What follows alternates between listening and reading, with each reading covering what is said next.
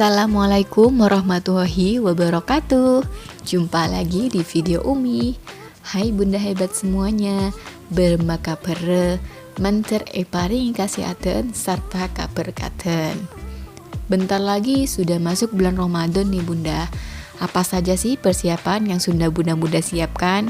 Semoga di bulan Ramadan ini makin berkah dan lancar rezekinya untuk semua bunda-bunda yang ada di rumah ya. Dan juga yang lagi semangat untuk mencari tambahan rezeki, Umi doakan semoga makin banyak, makin lancar, makin berkah di bulan Ramadan ini. Tentunya jangan meninggalkan ibadah-ibadah yang ada di bulan Ramadan ya. Misalnya sholat tarawih. Ya sholat tarawih kalau bisa, kalau kita memang gak terlalu sibuk atau mungkin bisa nih untuk meluangkan waktu kita untuk tarawih, diluangkanlah untuk sholat tarawih berjamaah di masjid atau bersama keluarga di rumah. Ya intinya semua amalan di bulan Ramadan kalau bisa sih tetap ya kita laksanakan, walaupun tuntutan hidup untuk mencari nafkah lebih besar daripada yang lainnya. Oke, semangat bunda untuk semuanya. Nah, hari ini ada video requestan dari Kak Alif Artanabil Ardani. Wah, namanya hebat banget ya. Dari nama itu sudah sangat gagah gitu ya. Sangat gimana gitu. Kak Alif gitu ya. Oke. Nah, di sini Kak Alif di sini memiliki gaji 3 juta. Nah, di sini Umi lupa nih nulis nih keterangan gaji 3 juta. Lah gimana ini ya? Gak masalah. Lanjut lagi di sini Kak Alif di sini punya satu anak umur 4 tahun dan dengan cicilan 1,5 juta. Masalahnya di sini yaitu anaknya sering jajan banget sehingga menghabiskan 15.000 per hari. 15.000 per hari lumayan ya. Oke, lanjut saja nih, kita rincikan dulu semua pengeluaran yang ada untuk di keuangan Kak Alif ini.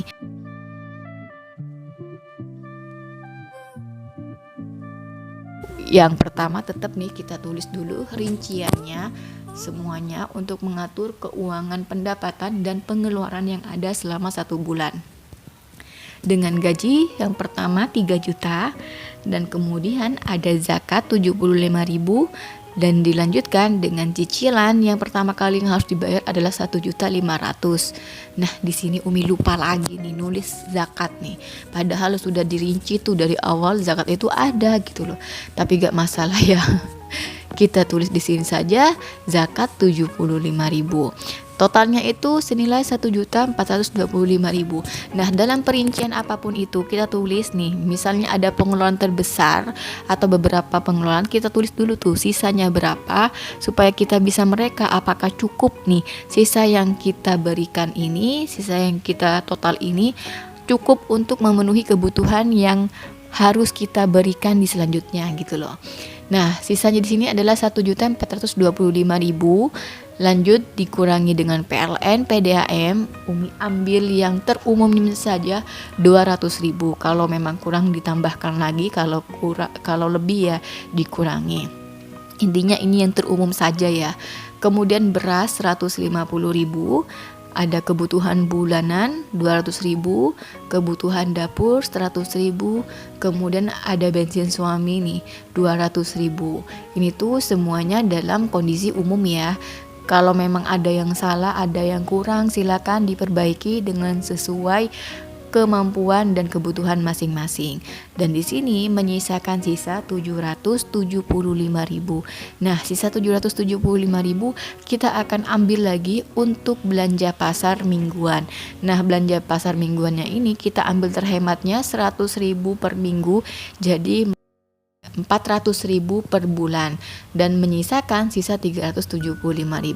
Nah, dari sisa 375.000 inilah mau diapakan dan sisa apa saja yang belum kita tulis di anggaran ini bisa dirincikan.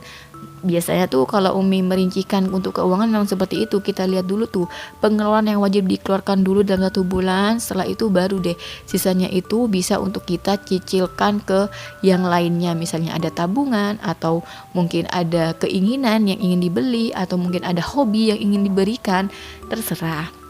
Nah, di sini lanjut Umi rincikan ada tabungan 175.000, itu tuh untuk pembulatan saja supaya lebih enak gitu loh. Kemudian ada tabungan darurat 100.000, mungkin ada kebutuhan lainnya di bulan itu mungkin yang belum tuh untuk dianggarkan, atau ada dadakan atau semacam undangan resepsi apapun itu, ya bisa lah ya untuk tambahan-tambahan gitulah 100.000. Kemudian ada jajan anak 100.000. Nah, kenapa sih jajan anak Umi anggarkan 100.000 di sini? Ya anggap sajalah anak itu jajan kayak sekolah. Untuk anak usia 4 tahun menurut Umi sih jajan itu kayaknya terlalu berlebihan ya kalau 15.000 per hari. Jadi Umi anggarkan 100.000 saja dengan menghitung dan mengira-ngira sisa dari anggaran yang sudah ada. Jadi untuk anak kalau bisa ya memang kita harus memprioritaskan mana yang lebih utama dan mana yang menjadi kebutuhan di akhir gitu loh. Nah, kita akan membahas nih untuk jajan anak. Kalau menurut Umi sendiri, jajan anak 15.000 per hari. Kalau dalam 1 bulan itu kita ambil rata-ratanya 30 hari, itu tuh bisa menghabiskan 450.000 per bulan. Wow, itu tuh lumayan ya. Gimana nih? 450.000 per bulan. Kalau Umi sendiri sih eman-eman sih 450.000 ini. Lebih baik 450.000 ini Umi simpan dan Umi investasikan dalam bentuk emas. Itu tuh lumayan hasilnya gitu loh. 450.000 per bulan disimpan, kemudian dalam 1 tahun itu tuh bisa dapat 4 juta, hampir 5 jutaan gitu ya. Itu tuh lumayan loh, bisa dibuat emas berapa gram gitu ya, hampir 5 gram atau 4 gram gitu ya.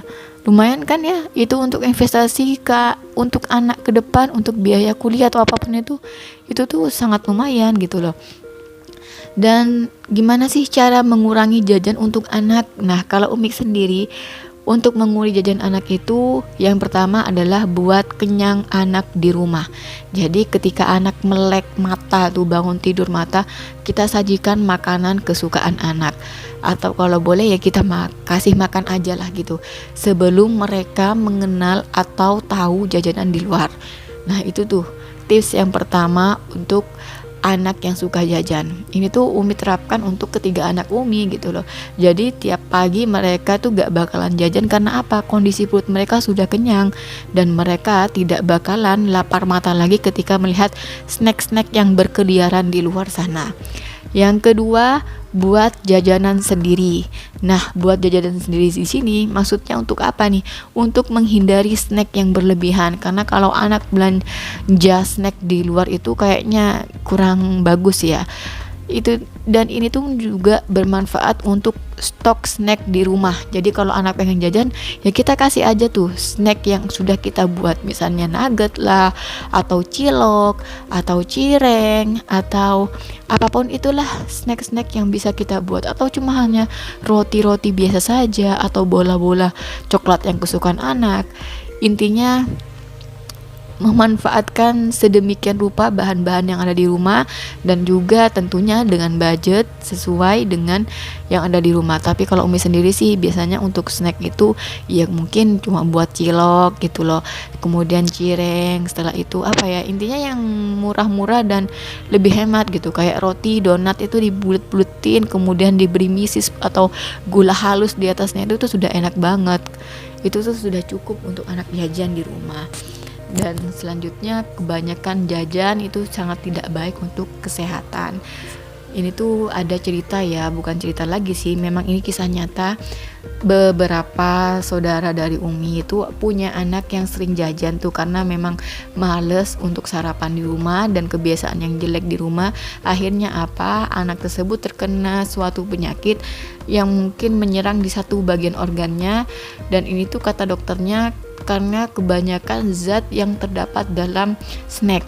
Umi tuh kurang tahu dan kurang ngerti zat apa itu, intinya pemicunya itu ada di situ. Entah itu seperti pengawet atau apapun, Umi tuh tidak ngerti. Intinya ya, untuk snack memang bahan-bahannya itu kurang bagus untuk anak-anak gitu loh. Apalagi usia 4 tahun, usia balita. Menurut Umi sih gak recommended banget untuk memberikan anak jajan. Dan di sini satu lagi hal, membahagiakan anak bukan berarti memanjakan anak. Jadi beda ya, membahagiakan anak dengan memanjakan anak. Membahagiakan anak endingnya akan bahagia, endingnya akan sehat, endingnya akan membuat anak tertawa ceria dengan kehidupan mereka. Tapi untuk memanjakan anak itu tuh efeknya nanti bakalan membuat anak semakin semena-mena pada orang tua, semakin boros dan merasa anak itu sebagai ratu dan raja untuk orang tuanya. Jadi apa-apa harus diturutin, apa-apa harus diikutin. Ya itu tuh sangat merusak mental anak di usia dini banget gitu. Jadi kalau boleh dibilang, yuk kita setting anak kita berdasarkan apa yang kita inginkan, dan bukan berarti kita harus memanjakan, dan bukan berarti kita harus meminimalisir keinginan yang anak inginkan, bukan. Tapi setidaknya kita bisa membatasi mana yang harus diikuti dan mana yang harus untuk kita arahkan. Jadi gitu ya. Jadi insya Allah bunda-bunda semuanya lebih tahulah dari Umi, lebih berpengalaman lah dari Umi, dan Umi pun juga sama. Umi seperti itu juga karena mengambil pandangan dari orang tua di sekitar Umi, dan juga tentunya dari keluarga-keluarga lainnya yang sukses dalam mendidik anak. Intinya kita saling mencontoh gitulah. Nah, sekian sajalah video dari Umi, semoga bermanfaat. Maaf ya jika ada salah kata yang mungkin tidak cocok untuk bunda-bunda semuanya, mohon dimaafkan. Sampai jumpa di video selanjutnya. Wassalamualaikum warahmatullahi wabarakatuh.